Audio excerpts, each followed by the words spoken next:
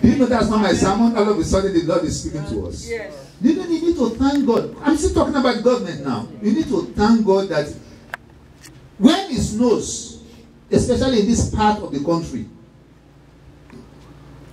I don't want to use the word that came to my mind. If it were to be where we come from, until the snow, until the snow will melt by itself, what will happen? It will be there. And you can imagine the kind of diseases, the kind of things that that will have caused. Can't we thank God for this country? Am I speaking to us? We need to thank God that there is orderliness. You know, each time, do you know, yesterday I saw a missed call from Sisachi, and the devil wanted to plant in my heart that she got into the church and all the things were gone. That's why she's calling me. And I told the devil, keep quiet. The church has been locked like this with a single key all along. They could peep through the window and see the things we have. Nobody has told it, so that's not it. Do you know where we come from? We help you to open and lock the door with one key. Am I speaking to us? They know it's the house of God, but they are not afraid to steal from it. Am I speaking to us? We need to thank God for our community. Thank you. Am I speaking to us this morning? Maybe that's the message you need to hear. And then we need to thank God for our homes and our families. Some people don't have anyone to support them. We had the testimony this morning. The woman that was here, this was because if she had her own immediate family, she wouldn't come to them. There are a lot of people that came to this country, they had nobody. But whoever God has given to help you, you need to thank God for that person. Yes. Even if it's a cup of water the person gave you, thank God.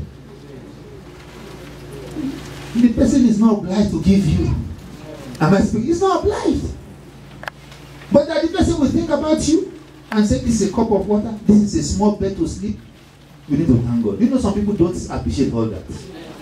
That's why we are different. We thank God. For 1 minute, bow down your heads and thank God. There must be something to thank God for this morning. After you don't find anything, thank God for the government that will create roads for you to travel upon. Father, we are grateful.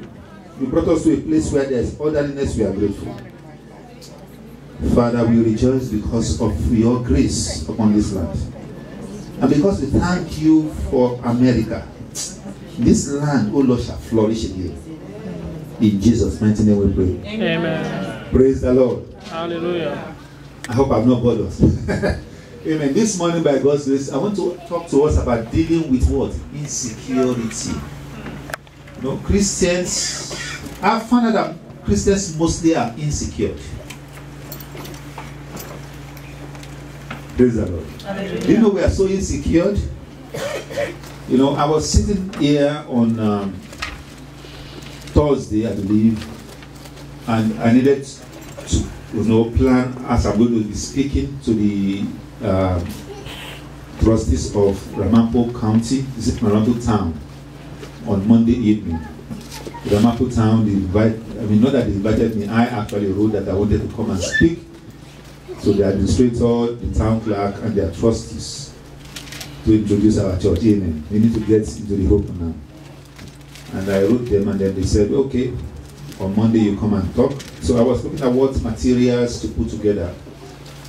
And I called a pastor friend who has been able to reach out to the school community also to find out what happened. And we were just discussing, and he was telling me about the obstacles they had as they were trying to, build their church. At one time, they were building and they were using the same, premises, and they stopped them. A lot of things happened. And I was just thanking God for our own little community, this little church, as we use the word. And I was asking me, you guys want to buy a place? Do you guys have enough money to do so? And by the time I told this pastor how much money God has helped us in this small community, he could not believe it. He said, you must be lying to me. I said, well, if you believe it, you don't believe it, that's how God has helped us. That's not where I'm going. This is the point I want you to see that made me to know that many people are insecure. Then I went a step further. I said, you know what?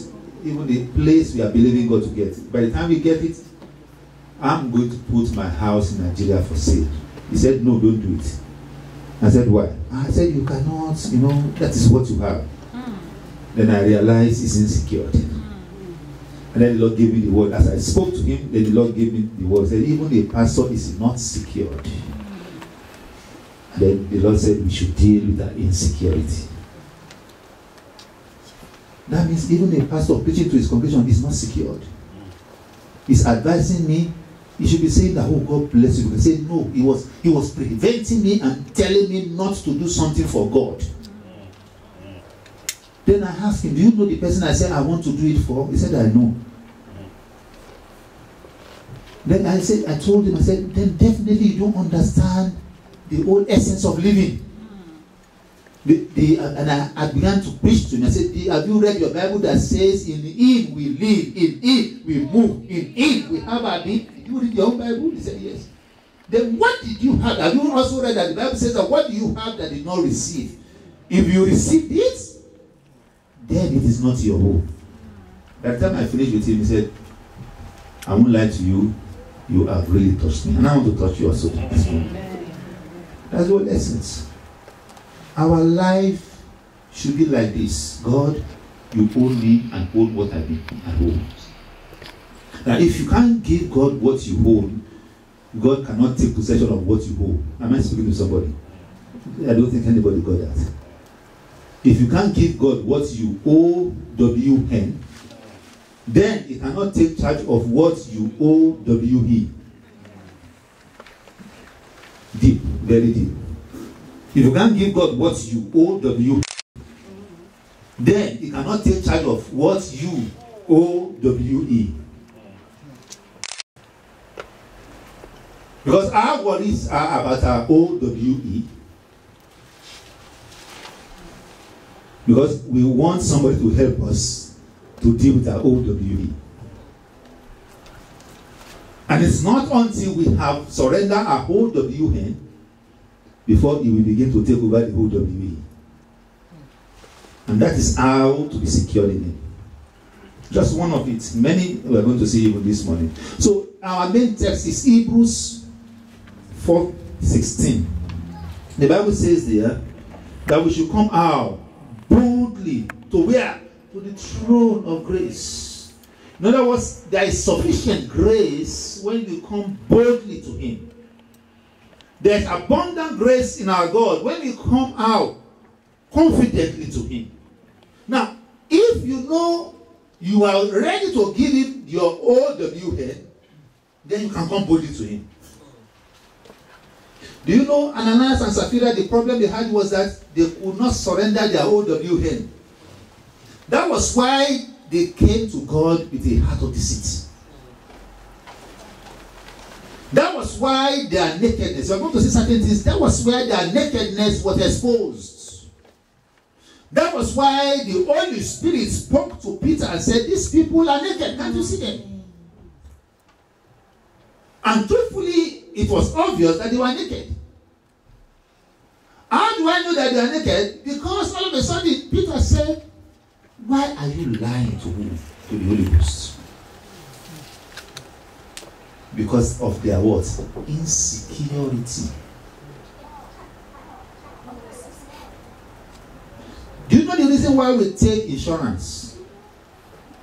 It's because we are transferring our insecurity to somebody else. Praise the Lord. That's why we take the insurance. So that when the obvious or the unexpected happens, somebody else will do what? You take the responsibility. And then it's mandatory, especially in this country, for all of us to have what? Insurance for what in particular? For our cars. Do you know, beyond what you and I think about on insurance for cars, it's not because of you alone, it's because of what? You are an endangered species in the life of other people on the road. Now, not because you could have, injuries, but because you could cause injuries to who? To other people. That's why they say it is mandatory for you to have what? Insurance. And that's the reason there are two types of insurance. If you refuse to have insurance on yourself, They don't mind, but you must have insurance on who? On other people. No, not on the car, on other people. In other words, when your car hits somebody else's car, you must be responsible. If your car hits a rock and you don't have a comprehensive insurance, you are on your own. Now, why am I saying this unto us? Because we don't understand yet what security means. A man that is fully secured in God is a man that does not hold anything in him. Do you know the way, the confidence you have when you have a comprehensive insurance and you have an accident? How do you do?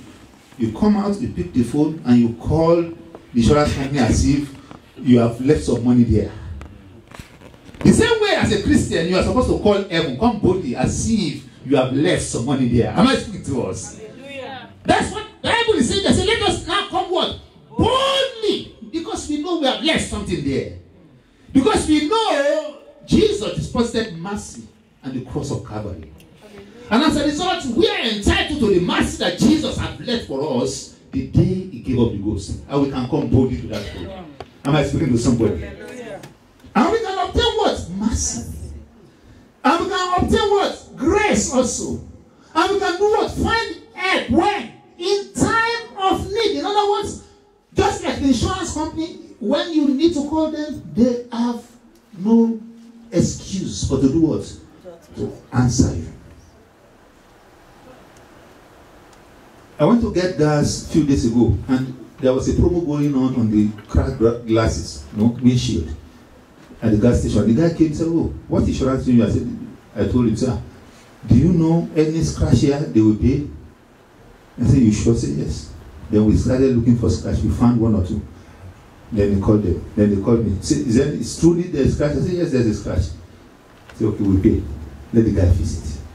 It's as simple as that. Why? Because I have insured the car. So I can do what? I can obtain mercy from the insurance company. They have no right to do what? To refuse me. Why? Because I believe in them. How much trust and confidence do you have in God? But we're going to see the reasons why we don't have enough of it even this morning. God wants us to come to him out boldly, and our boldness display how much confidence we have in him. It strengthens what? The relationship. Do you know, I won't call my insurance company 2 days ago. If I see any other scratch tomorrow, will I be in doubt that they will do it? No. I'm saying, why not? They did it 2 days ago. They are bound to do it again. If God has done it for you before, I speak to your life, you do it again. Amen. I say, you do it again in Jesus' name. Amen. Two things we always create insecurity in the believer's mind: sin and guilt. The sinner cannot. Do you know when you look at it naturally? When kids they do bad things. I remember the day my son did something. Naturally, he doesn't come to greet me at the door. He doesn't even greet me, so to say. You pass by him, you call him, hand yourself, go and greet after him. So that day, as soon as I was parked, he came to the door. I said, "What happened?" Did something terrible happen? I said, "Oh, did you burn the whole house?" Now, because a sinner is always guilty. Now, you need to understand the kind of guilt that was in the heart of Adam. In the book of Genesis chapter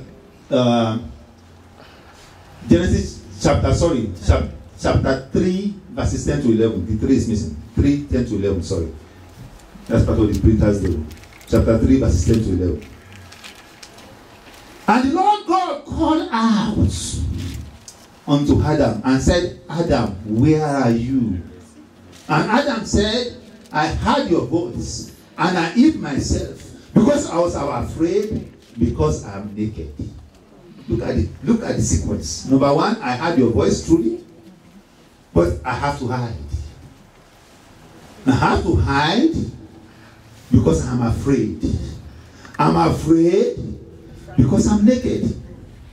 You see the process that sin takes every man to. Number one is what? You hide. The sinner is always hiding. Do you know why people are not in church most of the time? because of their sins. Sincerely. They don't want to live in sin because they know they'll be convicted and they don't want to come to church.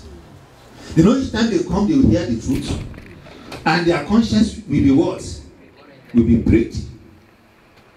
And they don't want to go back home under that same condition, and they totally avoid coming.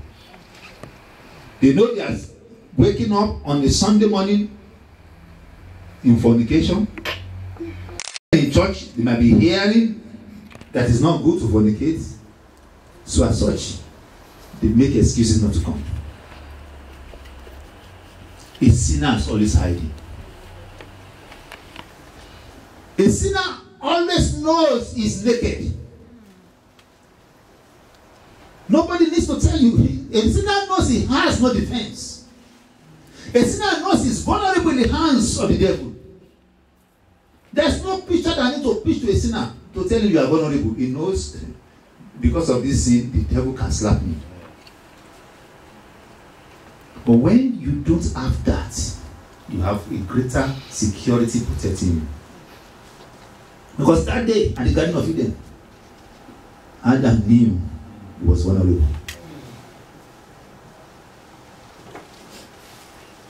And do you know what God said in verse 11? He said, who told you that you are naked? How did you discover your nakedness? It was God himself that said, oh, have you eaten of the tree that I said you should not? Because that is the only way you can become naked. That is the only way you can lose your security. I speak to our lives. May the understanding and the fruitfulness of this word I'm speaking this afternoon, may it enter into you in Jesus' name. Because we don't need to be afraid. We don't need to live our lives, running from pillar to post. We don't need to feel insecure. We need to know that we have a God that will never leave nor forsake us. We need to know that it's a present help when in time of need. But once we have lost that security, we become insecure. But we need to deal with the insecurity. Number 2, fear and unbelief. One takes us to the next. But at times, fear might not be because of sin. Fear at times might be because of your state of mind. Someone can sell fear to you, And most of the time, people sell fear to us, don't they? Rather than for them to encourage you, they begin to make you to be what? To be fearful. Don't you see that you are almost 40? Don't you see that you won't have a child? Don't you see that you will not be married? Don't you see? They begin to say such things to you to create what? Fear. And the Bible says fear has what? Torment. And you become tormented. And then you jettison the opportunities of coming to God. And then you stay where you are and say, well, there's no need to go to him. But today, you are going to come boldly. Amen. Because there's mercy with our God. Amen. Because there's help and grace with him. Amen. Even in the mighty name of Jesus. Amen. In Hebrews chapter 3, verse 12 to 19, I want us to read that for emphasis. And then I'm going to go back to one of the tests, because there's something there I want us to see. Hebrews, if you are there before me, you can take the mic and read from chapter 3, from verses 12 to 19. If I get there before you, I will run through the scriptures. Beware, brethren, lest there be in any of you an evil heart of unbelief in departing from the living God. But exhort one another daily, while it is called today, lest any of you be hardened through the deceitfulness of sin. For we have become partakers of Christ, if we hold the beginning of our confidence steadfast to the end, while it is said, today, if you will hear his voice, do not harden your hearts as in the rebellion. Continue. For who, having heard, rebelled.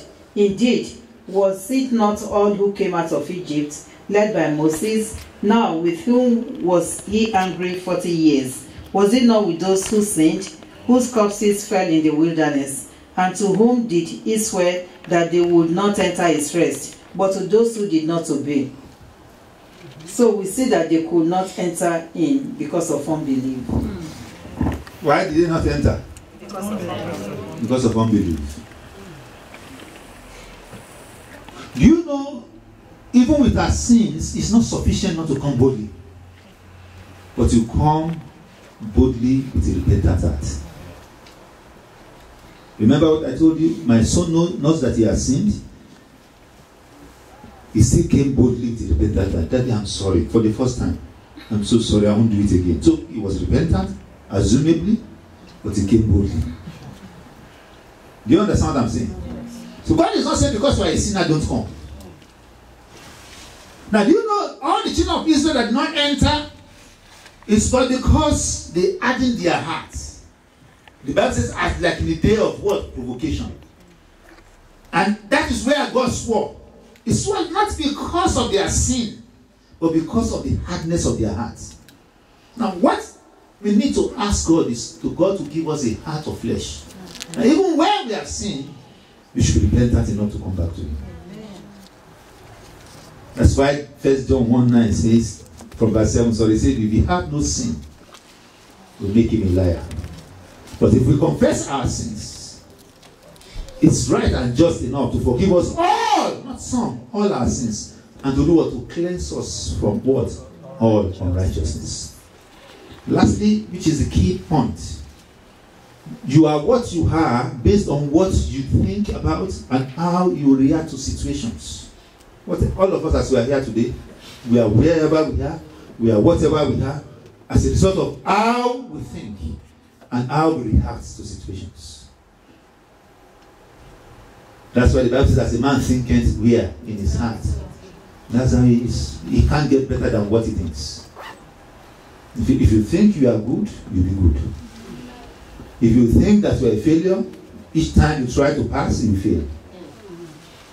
If you think that you are going to get married, if you think that you are going to have children, if you think you are going to make that education, as you think in your heart, God will make it good for you. Amen. Look at the children of Israel when they went to spy the promised land. 10 of them came back, they reacted to what they saw. 2 of them reacted to what they know. Now what they saw rather is different from what they know. If you keep reacting to what you are seeing in this world, you will never see the benefit of what you know. That's another deep one. I wish somebody understands. If you, in this world, that present world, you react to what you see at the expense of what you know, nothing much will happen. Because what you see, the Bible says, is temporary. What you know is permanent. That is why Joshua was told, do not let this book of law not depart from where? From your mouth. In day and night, meditate. Because you are going to succeed. Because what you know will defeat what you see. That's another deep one. I say again to your life, what you know will do what? Will defeat what you see. Because what you see is going to fizzle out. It's just a matter of time. It's only a matter of time. I love 2 Timothy 1:12. Paul wrote, said, with all these things that I passed through, I know whom I believed. I passed through so many things. Do you know? If you don't know, do you know within the church, Paul was persecuted? How many of you have read that before? Among brethren. Not now, these are people that you understand that this is a pastor or this is a man called by God. They persecuted him.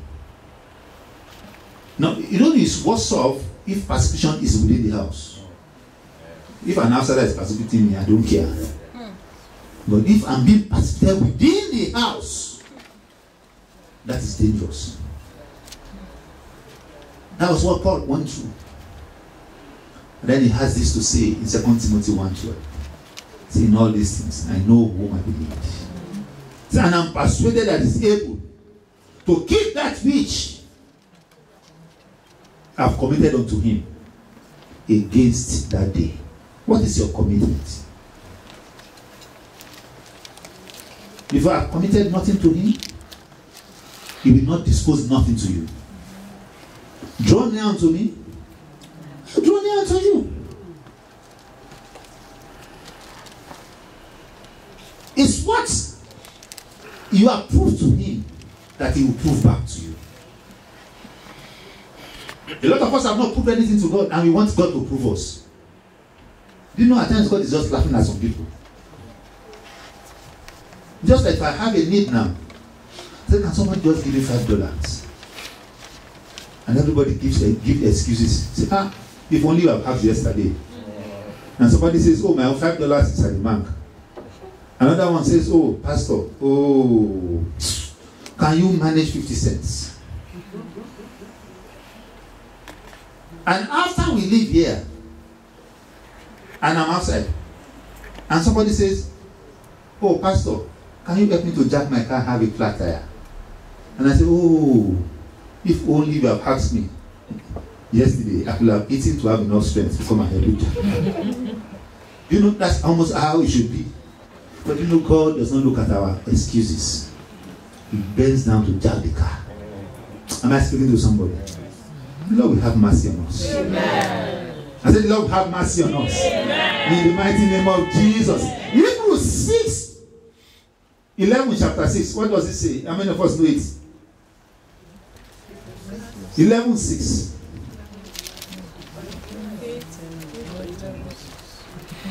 It's about faith. You're reading the Bible. Yeah. But you should, that's one of the scriptures you should know without going to the Bible. Say, without faith, it is impossible. But even when they come to him, believe that what? God is God. And definitely he rewards those that do what? Diligently seek him. One of the problems we have again, we don't diligently seek God. We see God at convenience. It's only when it's convenient. That's when you want to pray. It's only when it is convenient. That's when you want to read the Bible. God is not looking for weaklings. He's looking for strong people. From today I prophesy you'll be strong on behalf of Jesus. Insecurity is developed over time based on certain experiences. Insecurity does not come at once. No, just like sin. The Bible, Jesus was explaining sin to them. Sin comes by thoughts. And then action comes. And then stupor enters. Because when a man has acted wrongly, he gets into stupor. You know what it means? He throws in the two words, says, I can't make it.